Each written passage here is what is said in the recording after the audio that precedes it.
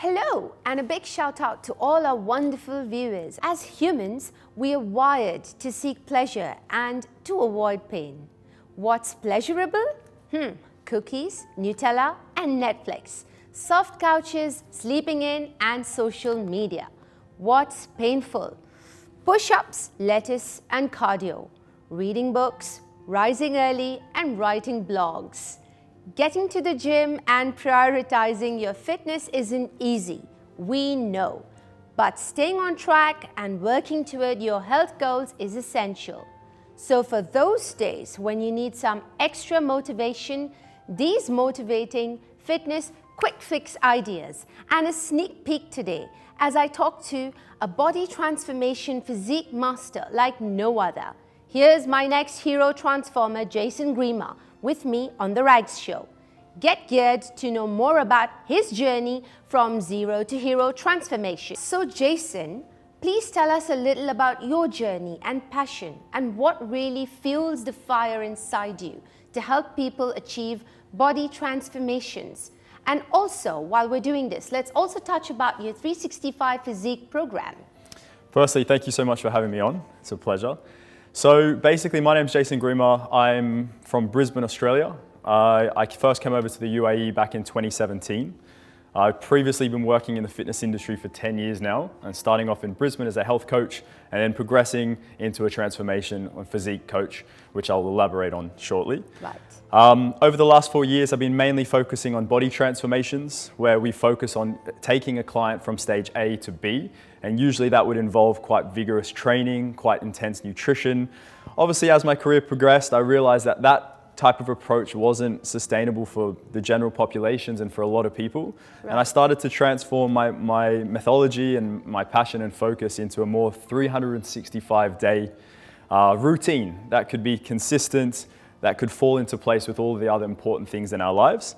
So that's how I built, and I came and ended up with the 365 Physique, which is where I operate now. Yeah, I love the name actually, 365. Thank you. Yes. It's pretty wholesome. It tells you so much. We know what to expect. That's right. And yeah, that was a big important thing for me, is people knew that this was a long-term thing, trying to move away from those quick fixes. Right, yeah. Okay. Now, Jason, I've read one of your blogs on where you've said that your health is your greatest possession, which should be valued.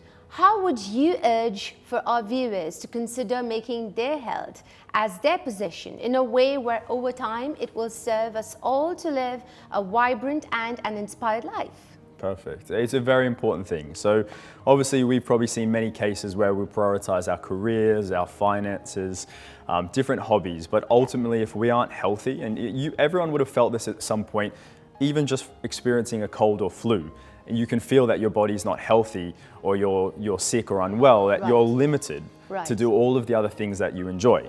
So that's why it's so important for us to prioritize health and fitness, to value being healthy, having high immunity, following a good nutrition plan.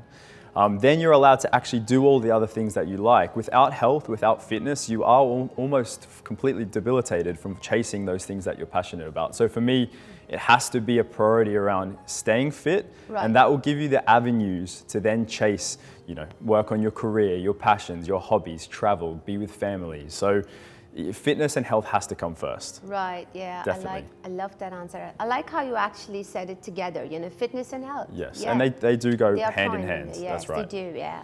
Now, what are the mental health benefits of exercise, really? Does workout really boost our mood? I know it's a very cliche question, but we spoke a little bit about this the other day, and I want you to share your views with my viewers. Definitely. So huge benefits from exercise on our mental health, on our endorphin release. So one of the most important things is to make sure that we focus on the positive chemical balances in the brain that send the right endorphins into our minds. And that's going to help us make creative and more positive choices. You're going to notice an improvement in the workplace, more positive attitude in day-to-day life. So from a mental health perspective, following solid nutrition and training is essential. Really important. Right, and what would you swear by? What do you want my viewers to really follow rigorously every single day when they get up? Well, I mean, my number achieve this. Yeah, my number one rule is just find some sort of movement. And quite often people will say that there's a certain type of movement that is best or that is necessary. But for me, it's always been finding some sort of movement that you enjoy. So I have clients that enjoy weightlifting, they might enjoy sports, Right. clients who might only just like to go for walks or walk their pets. I have clients who just love dancing. So I will say to them, Amazing. if you were to start anywhere, start by prioritizing some form of activity that you enjoy, that you wake up every morning excited to do, or you come home from work and you want to go and perform that form of activity, and that's the best place to start. Don't give yourself expectations around something that you don't enjoy or someone's told you you have to do. Find what you enjoy, and it will be honestly the most refreshing thing every single day. And there's no specific time, right? We can do it any time of the day. Yeah, I mean, I think I'm a huge believer in trying to train earlier in the day. You're less likely to find excuses in a way, or things come up in your schedule. But I mean, at the end of the day, as long as that's happening at some point, I mean, you can't complain. Right. Now, the only person you are destined to become is the person you decide to be. Jason, your top tips for our viewers who are beginners but now want to get fit in shape, of course, after we've seen this episode, and they want to feel fit. Cool. So, I mean, I like to keep it simple. So first of all, my main focus for somebody just starting out, welcoming themselves into the health and fitness industry, is start by, like I just mentioned, movement. Right. So pick some form of movement, and I like for people to start with just a 30-minute walk every day. So wake up, allocate a time to go for, it is very doable, 30-minute walk, and you might even be able to add that alongside calling family members, finishing some emails. I mean, if you have to really try and prioritize or multitask, walking can almost be done with most things. You can take a business call while you're going for your walk. Sure. So walking is probably the first and best place to start. Second is trying to remove any sort of delivery or processed foods or fast foods that you might be regularly consuming. Right. So once, twice, 3 times a week, I can understand that. We're out for dinner with friends, but try to have home-cooked meals with wholesome foods. So that's number 2. And number 3 is sleep. So for me, it would be prioritizing your sleep. So get to bed early.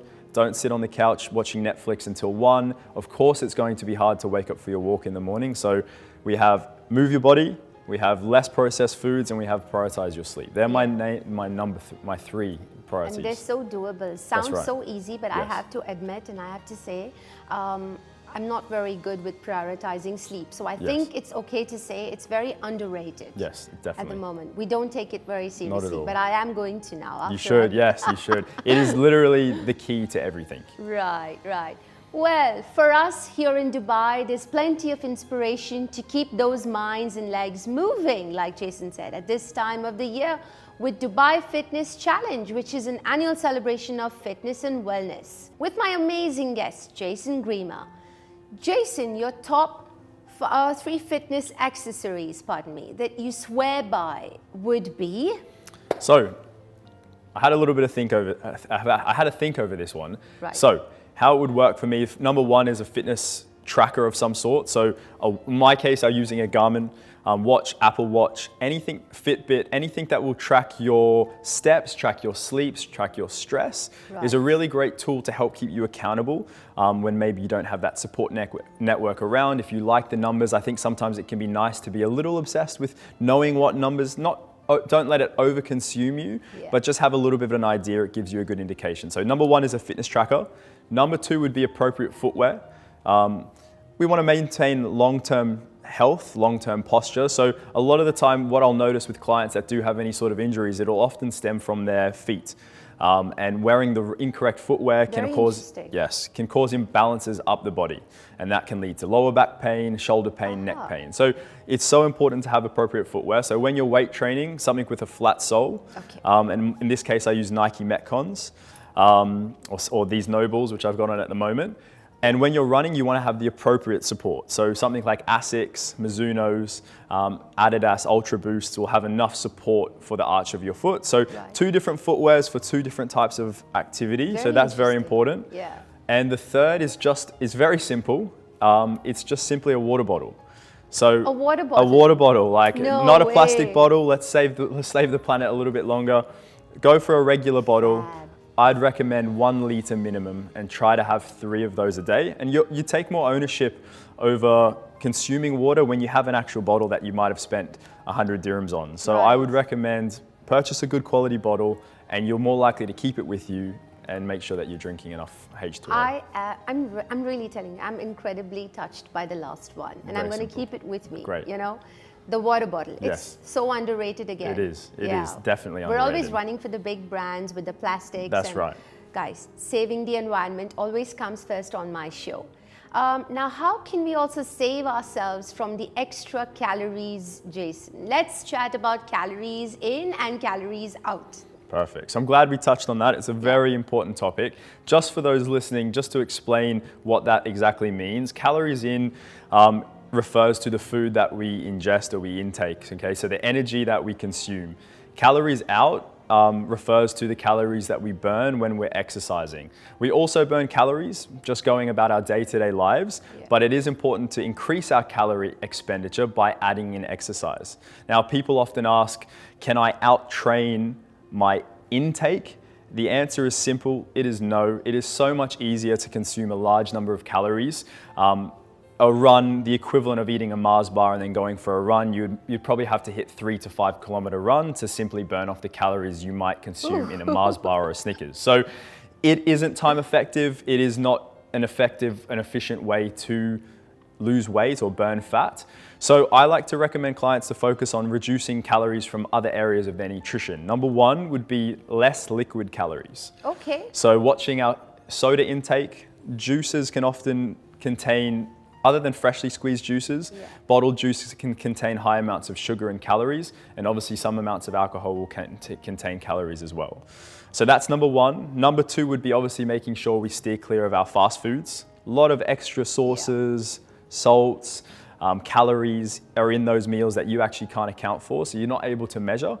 And three would be aware of what calories are in things that you particularly enjoy. So if there's something that you find yourself consuming regularly, I can guarantee most people actually have no idea how many calories are in that food item. Right. We don't want to become obsessed with the numbers. I get it. You know, you want to live your life and enjoy the things you like, but you want to have a bit of an idea of what's going in the body. I think the example I've used before is like going shopping without having a limit on your credit card and just spending, and then one day you wake up and you're 30,000 in debt.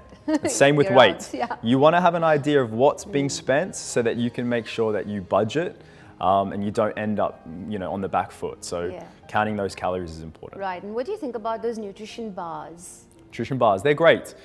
They're very good, they're convenient. Sometimes you just have to be careful with the calories that can be in some certain nutrition bars. Just because they're labeled as a health and fitness item doesn't necessarily mean their calories are low. And if you're depriving yourself something like, let's say you like a bar of chocolate, your favorite chocolate, and for you it's quite important and a special part of your day to have that little bit of chocolate, it might also be the same amount of calories as that fitness bar, that high protein fitness bar, and you might not actually enjoy that fitness bar. So sometimes I'll give the clients the option, hey, it's the same amount of calories, you've been eating well, if that snack means enough to you, have the one that you enjoy. Just be aware of the calories that are coming in from both options. Well, I'm going for it today. I'm Go going for a it. bar. That's it. Go for it. Now, stress symptoms can sometimes affect your body, your thoughts, and your feelings, and your behavior. Being able to recognize common stress symptoms can help you manage them. Jason, let's highlight about the good and bad stress and how this can reflect on our daily lives. Yes, very important. So glad you touched on that one. We have two states, okay? We have the sympathetic state and the parasympathetic state, okay? Our sympathetic state is essentially our fight or flight mode where we're in a high level of stress. We're trying to get out of an environment that causes us great discomfort. And that could be situations that we probably face, I mean, we all do face on the day-to-day, and that could be financial troubles, relationship issues, simply being late for work, time management. The list goes on. You could think of things that negative situations that you would be in cause a level of sympathetic stress. And when we're in that state, it can have really adverse effects on our sleep, our body's ability to manage weight, our energy levels, so that would limit our ability to train. So there's a lot of negatives when we're guilty. Yeah, I mean, I'm guilty. Our day and age at the moment is very high on our sympathetic state. We're very stressed, society is very demanding, and it's really sometimes hard to block out all the noise. That's why we need to try to spend more time in what's called our parasympathetic state. Our parasympathetic state is when at rest, we're calm. So sleep would fall under that category. Meditation, yoga, something as simple as reading a book, listening to some peaceful music, exercise. These are all activities that help reduce our hormonal imbalance, that keeps us in a less stressed environment where we will sleep better, process calories better, perform better, have a more, a better outlook at life. So definitely you need to differentiate the two and spend more time in that positive state. Amazing how stress can really affect our lifestyles in general. That's right. You know, it's, wow, viewers, that was a good one here for you. Now, I've read somewhere there have been investigations to figure out the relationship between environment and health from a scientific perspective, and it has developed a new academic field, sustainable health science, that will help contribute to creating a healthy environment for future generations. Jason, your say on how can we maintain a sustainable, good, healthy environment for our future generations? Very important question. It's interesting to see these new studies coming out.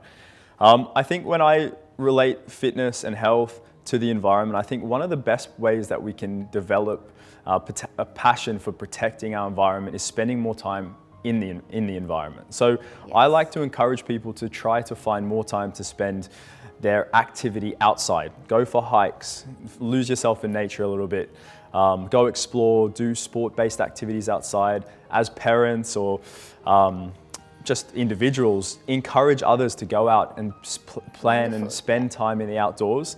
The more you spend time out there, you start to appreciate a real, passion, protection for the environment. I think it's a great way to pass that on to our kids and to show them the value of spending quality time outside, less time on our phones, less time in front of the TV, enjoying what the world has to offer us. In particular, UAE has some beautiful locations as well. So just try to spend more time outside, and I think then it comes hand in hand. You become more passionate about the protection and longevity of the environment. Well, I've also seen this with my children, Jason. They also become very responsible for the environment. That's a good point. With the whole desert cleanup, they participated in this recently, and I thought that was amazing. So important. That is great. It's so important, It's definitely something that as parents we want to try to encourage. So you're stressing on outdoors. Outdoors, spend time out there and you'll fall in love with it. It's impossible not to. And then you subconsciously and consciously you'll protect it. Right, yeah, wow. So much to take away from this interview, Jason. So I'm going to leave our viewers today with my favorite thoughts on this and that of being healthy or fit. Being fit isn't a fad or a trend, guys. Go make it your lifestyle. A healthy and a happy body is totally worth it. The sweat, the time, the devotion, it all pays off. Thanks, Jason, for joining me today on the Rags Show. And of course, guys, Rags is signing out now.